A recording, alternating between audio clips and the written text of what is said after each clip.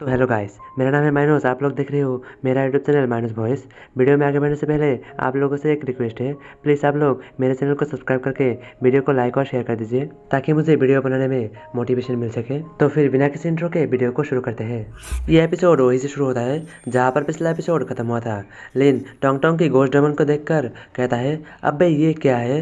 ये तो किसी बच्चों का खेलने की पार्क है। अबे छोटी बच्ची हो क्या? और लिन उन खिलौनों को देखते हुए मनी मन सोचता है, अरे यार ये खिलौने क्या ही उखाड़ पाएंगे? क्या ये खिलौने टोंग टोंग उन पर फेंक के मारेगी? और तभी टोंग टोंग अपने हाथ को सामने की तरफ इशारा करती है। सामने की तरफ इशारा करते ही सारे के सारे खिलौने जिंदा होकर सामने की तरफ उन कैट फेस गोस्ट स्पिरिट पर अटैक करने के लिए चला जाता है।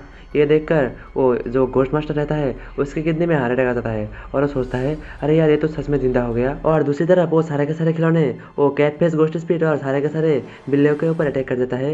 ये सब देखते हुए वो घोस्ट मास्टर मनी मन सोचता है, अच्छा हुआ कि मैंने उस बंदे के अटैक को डॉज कर लिया, वरना तो अभी तक मैं मर चुका रहता है। और तभी उस घोस्ट मास्टर को अपने पीछे बहुत ही टेरिफाइंग ऑरा महसूस होता है। वो ऊपर की तरफ देखता है तो उसके ऊपर एक टॉय बेल मछली रहती है, जिसे देखकर उसकी फटके हाथ में आ जाता है। पर वो बेल मछली अपने मुंह खोलकर अपने दांतों के बीच में ही उस घोस्ट मास्टर को पिचका देता है और वहाँ पर खून ही खून हो जाता है। उस घोस्ट मास्टर के मरते ही पूरी की पूरी घोस्ट टेरिटरी कोलैप्स होने लग जाता है, जो देखकर लिन सोचता है, लगता है कि उस घोस्ट मास्टर का टेरिटरी कोलैप्स हो रहा है क्योंकि वो मर चुका है। तभी वो देखता है कि उसके साथ ही टोंग टोंग का घोस्ट टेरिटरी भी कोलैप्स हो रहा है, जो देखकर लिन थोड़ा हैरान होकर सोचता है, अरे यार ये टोंग टोंग का घोस्ट टेरिटरी इसके साथ क्यों कोलैप्स हो रहा है? और इसी के साथ पूरी की पूरी घोस्ट टेरिटरी कोलैप्स होकर उनके चारों ओर अंधेरा छा जाता है। और अचानक से लिन खुद को अलग ही जगह पर पाता है जहाँ पर एक कोर्टयार्ड और उसके सामने एक घर रहता है, जो देखकर लिन खुद से ही कहता है, हम यहाँ पर क्या कर रहे हैं? हमें तो जियाफेंग माउंटेन में रहना चाहिए था। क्या यह हो सकता है कि ये उसी घोस्ट टेरिटरी का कोई दूसरा हिस्सा है? तभी लिन को अपने पीछे कुछ महसूस होता है। वो पीछे मुड़ के देखता है तो अचानक से उसके मुंह के सामने से ही वही कैट फेस घोस्ट स्पिरिट आगे बढ़कर उस घर की तरफ चला जाता है। ये देखकर टोंग टोंग भी उसके पीछे पीछे जाने लग जाता है। ये देखकर लिन पीछे से आवाज लगाते हुए टोंग टोंग को कहता है, टोंग टोंग रुक जाओ, उसके पीछे मत जाओ, उसके पीछे जाने की कोई ज़रूरत नहीं है। पर टोंग टोंग उसकी बात बिल्कुल भी नहीं सुनता और उस कैट फेस घोस्ट स्पिरिट के पीछे पीछे आगे बढ़ जाती है। ये देखकर लिन पहले बहुत ज़्यादा हैरान हो जाता है और सोचता है, अरे यार ये मेरे बात क्यों नहीं सुन रहा?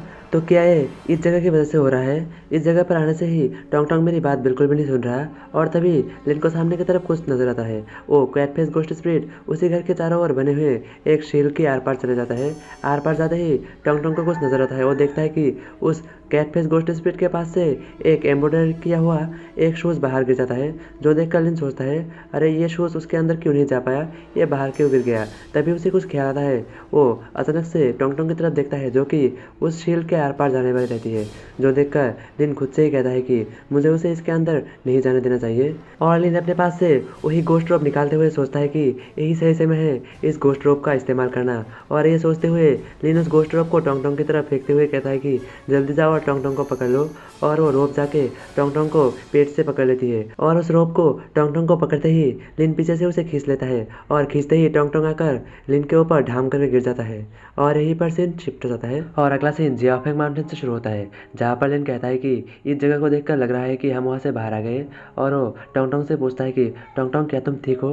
ये सुनकर टोंग टोंग कुछ नहीं कहती, बल्कि वो अपने पास से वही शूज़ निकाल लेती है।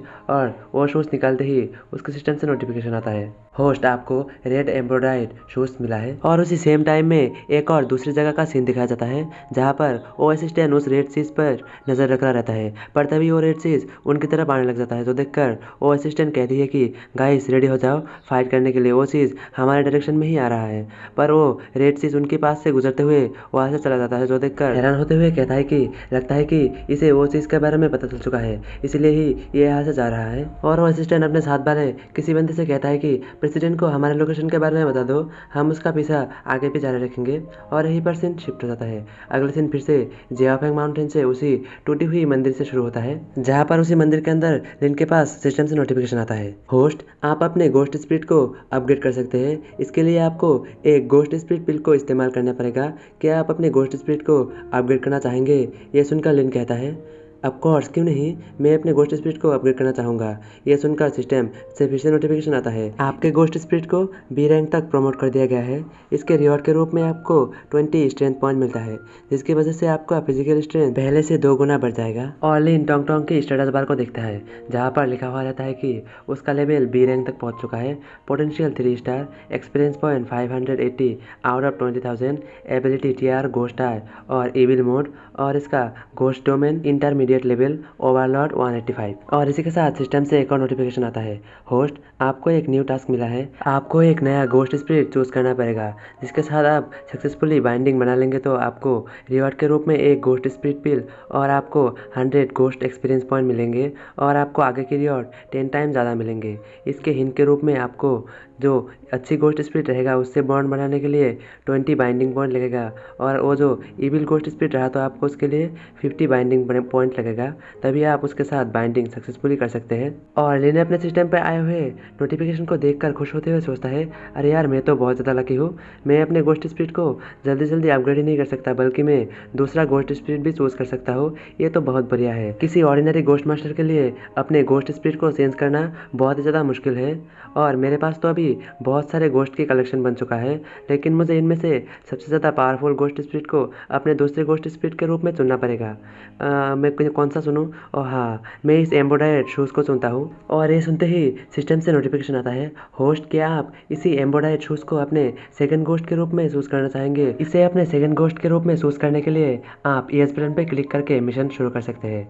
ये देखकर लिन जल्दी जल्दी येस बटन पर क्लिक कर देता है, और उसके सामने मिशन का डिटेल्स आ जाता है, जहाँ पर लिखा हुआ रहता है, बॉन्ड टास्क 1, आपको इस एम्ब्रॉयडर्ड शूज़ को इसके ऑनर तक लौटाना है, जिसका नाम वेडिंग ड्रेस दुल्हन है। इस टास्क को कंप्लीट करने के बाद आपको उसी वेडिंग ड्रेस दुल्हन के साथ बॉन्डिंग पॉइंट 15 प्लस होगा। और इसी के साथ सिस्टम में से एक और नोटिफिकेशन आता है, रिमाइंडर, वो जो वेडिंग ड्रेस दुल्हन है वो अपने शूज़ के लिए बहुत ही ज़्यादा सेंसिटिव है। अगर ये शूज़ किसी के हाथ में रखा हुआ दिखेगा तो वो तुरंत ही उस पर अटैक कर देगा, पर आपको ये याद रखना है कि आपको उस गोस्ट स्पिरिट को बिल्कुल भी नहीं मारना, उसे मारे बिना ही उसे ये एम्ब्रॉयडर्ड शूज़ लौटाना है, तभी ही आपका मिशन कंप्लीट हो सकेगा। सिस्टम की बातें सुनकर लिन मनी मन सोचता है, क्या एक दुल्हन? और यहीं पर सीन शिफ्ट हो जाता है। अगले सीन में वही वेडिंग ड्रेस को दिखाया जाता है, जो कि उड़ते हुए आकर एक जगह पर आकर लैंड करता है, शायद से ये जियाफेंग माउंटेन है। तो क्या जब लिनो शूज उस गोस्ट स्पिरिट को लौटाने के लिए जाएगा, सच में वो गोस्ट स्पिरिट लिन पर हमला कर देगा? जानने के लिए देखते रहिए आगे आने वाला एपिसोड्स।